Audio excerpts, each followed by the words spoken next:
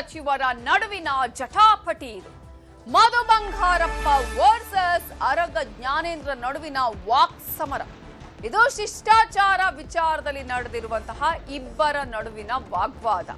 ಇದು ಮಧು ಬಂಗಾರಪ್ಪ ವರ್ಸಸ್ ಅರಗ ಜ್ಞಾನೇಂದ್ರ ಅವರ ನಡುವಿನ ವಾಕ್ ಸಮರದ ಕತೆ. ಮಾಜಿ ಗೃಹ ಸಚಿವ ವರ್ಸಸ್ ಹಾಲಿ ಶಿಕ್ಷಣ ಸಚಿವರ ನಡುವಿನ ಜಟಾಪಟಿ. ರಾಜ್ಯದಲ್ಲಿ 420 ಅಂದ್ರೆ ಅದು ಅರಗ ಜ್ಞಾನೇಂದ್ರ. ನನ್ನ ಅನುಭವಕ್ಕೆ ಅರಗ ಜ್ಞಾನೇಂದ್ರ ಬಚ್ಚ ಅಂತ ಹೇಳಿದ್ದಾರೆ ಶಿಕ್ಷಣ ಸಚಿವರಾಗಿರುವ ಮಧು ಬಂಗಾರಪ್ಪ ಅವರು. ಬೇರೆಯವರಂತೆ ಚಪ್ರಾಸಿ ಮಾತಾಡಲ್ಲ ಅಂತ ಅರಗ ಜ್ಞಾನೇಂದ್ರ ಅವರು ಮಧು ಬಂಗಾರಪ್ಪ ಅವರಿಗೆ ತಿರುಗೇಟನ್ನ ಕೊಟ್ಟಿದ್ದಾರೆ.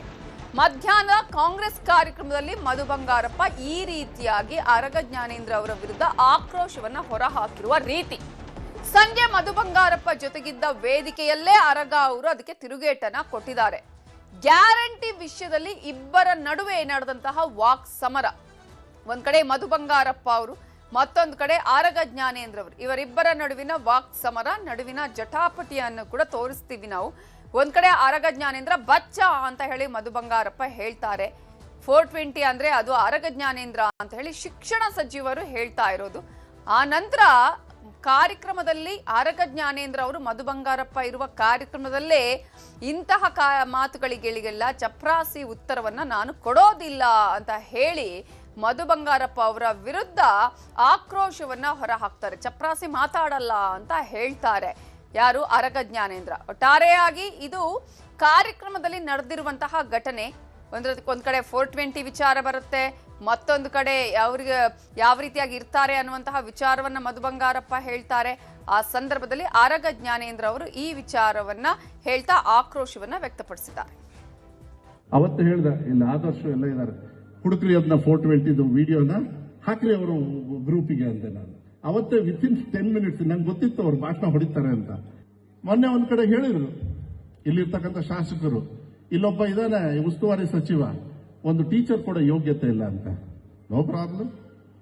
ನಾನು ಅರಗ ಜ್ಞಾನೇಂದ್ರ ಅವರು ಇನ್ನು ನನಗೆ ಈ ವಿಚಾರದಲ್ಲಿ ದಯವಿಟ್ಟು ಅವ್ರ ಹಿರಿಯರು ಇರ್ಬೋದು, ಶ್ರೀಧರ್ ಅವರೇ, ನೀವು ಏಜಿಗೆ ಗೌರವ ಕೊಡ್ಬೋದು. ಅವ್ರ ಅನುಭವಕ್ಕೆ ನನ್ಕಿಂತ ಬಚ್ಚಾನೆ ಅವರು, ತಿಳ್ಕೊಳ್ಳಿ. ಯಾಕೆ ಅಂತ ಹೇಳಿದ್ರೆ, ನಾವು ಬಂಗಾರಪ್ಪ ಅವರು ಕ್ಯಾರೆಕ್ಟರ್ ಹಿಂದೆ ಮುಂದೆ ನೋಡಲ್ಲ, ನಾವು ತಲೆನೂ ಕೆಡ್ಸ್ಕೊಳಕ್ಕಲ್ಲ. ನನಗಿರೋದು ಒಳ್ಳೆ ದಾರಿ. ಆದ್ರೆ ಪುಕ್ಷಟ ಅನ್ಸ್ಕೊಳ್ಳೋ ಮಧು ಬಂಗಾರಪ್ಪನೂ ಅಲ್ಲ, ನನಗೆ ಗೊತ್ತಿದೆ, ಅದನ್ನ ವಾಪಸ್ ಕೊಡ್ತೀನಿ ನಾನು ಅದನ್ನ. ನನಗೆ ಏಕವಚನದಲ್ಲಿ ಮಾತಾಡ್ತಾನೆ ಅಂತ ಹೇಳಿದ್ರೆ, ಸೊರಬ ಕ್ಷೇತ್ರದಲ್ಲಿ 45,000 ಲೀಡಲ್ಲಿ ಗೆದ್ದು ಬಂದಿರೋರು ಇವ್ರು ಮಧು ಬಂಗಾರಪ್ಪ. ನಮ್ಮ ಕಾಂಗ್ರೆಸ್ ಪಕ್ಷದ ಮುಖಂಡರಿಗೆ, ನಾಯಕರುಗಳಿಗೆ ಅವಮಾನ ಮಾಡ್ದಂಗೆ, ಈ ರಾಜ್ಯ ಸರ್ಕಾರಕ್ಕೆ ಮಾಡ್ದಂಗೆ. 420 ಅಂತ ಹೇಳಿ ಒಂದು ಗ್ಯಾರಂಟಿ ಕರೀತಾರಂತ ಹೇಳಿದ್ರೆ, ಇವ್ರು ಹಂಗಾರೆ ಏನ್ 420 ಇರ್ಬೋದು ಹೇಳ್ರಿ ನೋಡೋಣ. ಈ ದೇಶದಲ್ಲಿ ಯಾರಾದ್ರೂ, ಮೋಸ್ಟ್ಲಿ ನನಗೆ ಗೊತ್ತಿರೋ ಪ್ರಕಾರ 420 ಅಂತ ಕರೆದಿರೋದು ಮೋಸ್ಟ್ಲಿ ಅರಗ ಜ್ಞಾನೇಂದ್ರ ಒಬ್ಬರೇ ಅನ್ಸುತ್ತೆ. ಇವತ್ತು ಏನಾರು ಈ ರಾಜ್ಯದಲ್ಲಿ 420 ಇದ್ರೆ ಅದು ಅರಗ ಜ್ಞಾನೇಂದ್ರ ಒಬ್ಬರೇ ಅಂತ ಹೇಳಿ ನಾನು ಹೇಳ್ಬೇಕಾಗುತ್ತೆ. ಅನಿವಾರ್ಯವಾಗಿ ನನ್ನ ಬಾಯಲ್ಲಿ ಮಾತನ್ನು ನಾವೆಲ್ಲರೂ ಸೇರಿ ಕೆಲಸ ಮಾಡೋಣ. ನಾನಂತೂ ಯಾರ ಬಗ್ಗೆ ಹಾಗೆ ಮಾಡಲ್ಲ. ಯಾರ ಬಗ್ಗೆ ನನಗೆ ಪೊಲಿಟಿಕಲಿ ಪ್ರಿಜುಡಿಸ್ ಇಲ್ಲ. ಯಾಕಂದ್ರೆ ನಾನು 5 ಸರಿ ಗೆದ್ದು 5 ಸರಿ ಸೋತು ಒಂದು ಮೆಚುರಿಟಿ ಲೆವೆಲ್ ಬಂದಿದೆ ನಮಗೆ. ನಾವು ಇನ್ನೂ ಚಪರಾಸಿ ಕೆಲಸ ಮಾಡಕ್ಕಾಗಲ್ಲ, ಆಗೋದಿಲ್ಲ.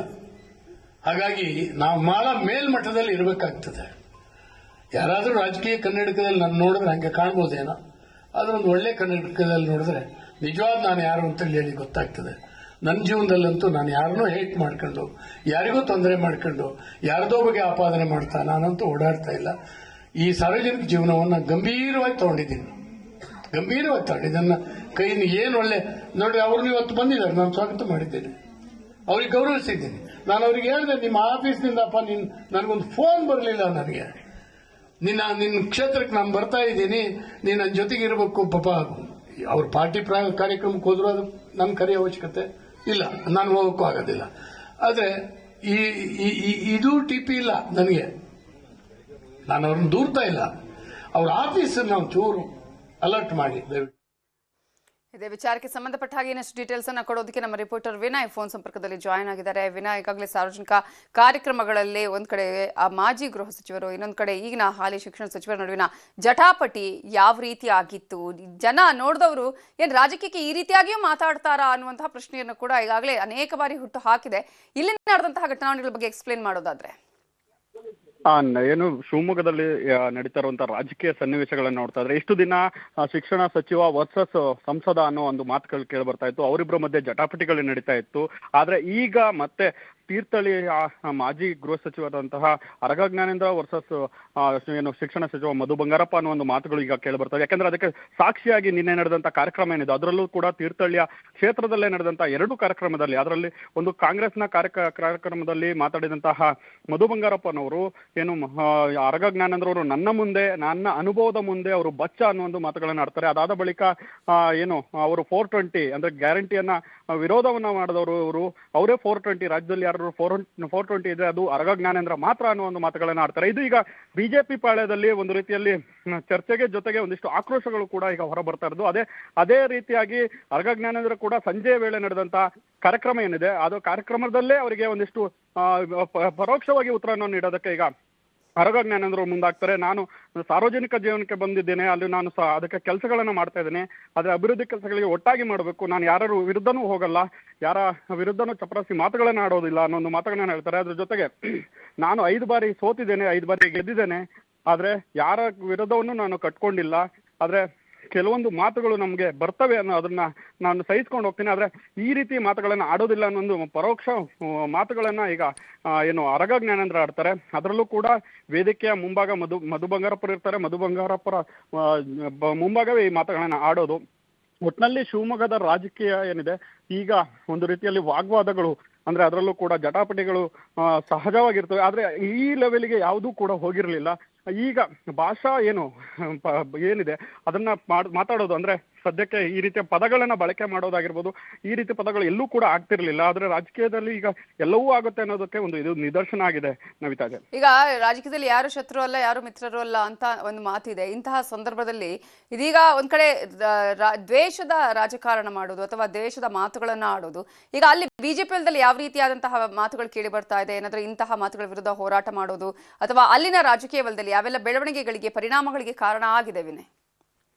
ನವಿತಾ ಜೈನ್, ಏನು ಶಿವಮೊಗ್ಗ ರಾಜಕೀಯ ರಾಜ್ಯಕ್ಕೆ ಒಂದು ರೀತಿಯಲ್ಲಿ ಮಾದರಿಯಾಗಿತ್ತು. ಅದರಲ್ಲೂ ಕೂಡ ಪವರ್ಫುಲ್ ರಾಜಕೀಯ ಅನ್ನೋದು ಶಿವಮೊಗ್ಗದಿಂದನೇ ಶುರುವಾಯಿತು ಅನ್ನೋ ಮಾತುಗಳು ಹಿಂದಿನಿಂದನೂ ಇದೆ. ಅದರಲ್ಲೂ ಕೂಡ ಘಟಾನುಘಟಿಗಳು ಇಲ್ಲಿ ಗೆದ್ದು ಮುಂದೆ ಹೋಗಿದ್ದಾರೆ. ಆದ್ರೆ ಈ ರೀತಿ ಯಾರು ಕೂಡ ಭಾಷಾ ಬಳಕೆಯಲ್ಲಿ ಯಾರು ಕೂಡ ಎಡವಿರಲಿಲ್ಲ. ಆದ್ರೆ ಈಗ ಶಿಕ್ಷಣ ಸಚಿವರೇ ಈ ರೀತಿ, ಅದರಲ್ಲೂ ಕೂಡ ಒಳ್ಳೆ ಹುದ್ದೆಯಲ್ಲಿರುವಂತ, ಅದರಲ್ಲೂ ಮಕ್ಕಳಿಗೆ ಶಿಕ್ಷಣ ನೀಡುವಂತಹ ಏನು ಸಂಸ್ಥೆ ಅಂದ್ರೆ ಇಲಾಖೆ ಇದೆ ಅದರಲ್ಲಿ ಇರುವಂತಹ ಶಿಕ್ಷಣ ಸಚಿವರೇ ಈ ರೀತಿ ಪದ ಬಳಕೆ ಮಾಡಿರೋದು ಇಲ್ಲಿಯ ಬಿಜೆಪಿಗೆ ಆಕ್ರೋಶಕ್ಕೆ ವ್ಯಕ್ತವಾಗ್ತದೆ. ಅದರಲ್ಲೂ ಬಿಜೆಪಿ ಪಾಳ್ಯದವರು ಇವತ್ತು ಕೂಡ ಆ ಬಗ್ಗೆ ಆಕ್ರೋಶವನ್ನು ಅದರಲ್ಲೂ ಕೂಡ ಸಂಸದ BY ರಾಘವೇಂದ್ರ ಕೂಡ ಈ ಬಗ್ಗೆ ಆಕ್ರೋಶವನ್ನು ವ್ಯಕ್ತಪಡಿಸಿದ್ರು. ಈ ತಳಮಟ್ಟದ ರಾಜಕೀಯಕ್ಕೆ ಇಳಿಬಾರದು, ಆದ್ರೆ ಈ ರೀತಿ ಇಳಿತಾ ಇರೋದು ನೋಡ್ತಾ ಹೋದ್ರೆ ಒಂದು ರೀತಿಯಲ್ಲಿ ರಾಜಕೀಯ ಎಲ್ಲಿಗೆ ಹೋಗ್ತಾ ಇದೆ. ಅದರಲ್ಲೂ ಕೂಡ ಅವರ ಬಾಯಲ್ಲಿ ಬರೋದು ಅಂದ್ರೆ ಏನು ಮಧು ಬಂಗಾರಪ್ಪ ಇದೆ ಅವರ ಬಾಯಲ್ಲಿ ಬರುವಂತ ಮಾತುಗಳು ತಳಮಟ್ಟದವೇ ಆಗಿರ್ತವೆ ಎಲ್ಲವೂ ಕೂಡ. ಆದ್ರೆ ನಾವು ಆ ರೀತಿ ತಳಮಟ್ಟಕ್ಕೆ ಇಳಿಯೋದಿಲ್ಲ. ಮುಂದಿನ ದಿನಗಳಲ್ಲಿ ಅದಕ್ಕೆ ತಕ್ಕ ಉತ್ತರವನ್ನ ಕೊಡ್ತೀನಿ. ನಮ್ಮ ಏನು ಕಾರ್ಯಕರ್ತರಿದ್ದಾರೆ, ಜೊತೆಗೆ ಜಿಲ್ಲಾಧ್ಯಕ್ಷರಿದ್ದಾರೆ, ಹಾಗೆ ಗೆದ್ದಂತ ಏನು ನಾಯಕರಿದ್ದಾರೆ, ಅವರು ಅದಕ್ಕೆ ಸರಿಯಾಗಿ ಉತ್ತರ ಕೊಡ್ತಾರೆ. ಈ ರೀತಿ ಮುಂದೆ ಯಾವ ರೀತಿನೂ ಈ ರೀತಿ ಮಾಡಬಾರ್ದು ಅನ್ನೊಂದು ಮಾತುಗಳನ್ನ BY ರಾಘವೇಂದ್ರ ಕೂಡ ಈಗ ಸದ್ಯ ಪ್ರೆಸ್ ಮೀಟ್ ಅಲ್ಲೇ ಆಡಿರೋದು. ಜೊತೆಗೆ ಈಗ ಬಿಜೆಪಿ ಪಾಳ್ಯ ಕೂಡ ಎಲ್ಲ ರೀತಿಯ ತಯಾರಿಯನ್ನ ಮಾಡ್ಕೊಳ್ತಾ ಇದೆ. ಹಾಗೆ ಮುಂದಿನ ದಿನಗಳಲ್ಲಿ ಹೋರಾಟ ಮಾಡೋದಕ್ಕೆ ಅಂದ್ರೆ ಏನು ಈ ಮಾತುಗಳನ್ನ ಆಡಿದ್ದಾರೆ ಅದನ್ನು ವಾಪಸ್ ತೆಗೆದುಕೊಳ್ಳುವವರೆಗೂ ಕೂಡ ನಾವು ಬಿಡೋದಿಲ್ಲ ಅನ್ನೋ ಮಾತುಗಳನ್ನ ಬಿಜೆಪಿ ಆಡ್ತಾ ಇರೋದು. ಸದ್ಯ ಈಗ ಅಂದ್ರೆ ಅವ್ರದ್ದು ಬಿಜೆಪಿ ಜಿಲ್ಲಾ ಕಚೇರಿ ಏನಿದೆ ಅಲ್ಲಿ ಎಲ್ಲ ರೀತಿಯ ಚರ್ಚೆಗಳನ್ನ ಮಾಡ್ಕೊಂಡು ಮುಂದಿನ ತಯಾರಿಯನ್ನ ಮಾಡ್ಕೊಳ್ಳೋದಕ್ಕೆ ವ್ಯವಸ್ಥೆ ಮಾಡ್ಕೊಂಡಿದ್ದಾರೆ ನವಿತಾ. Thank you Vinay Kumar ಡೀಟೇಲ್ಸ್ಗೆ.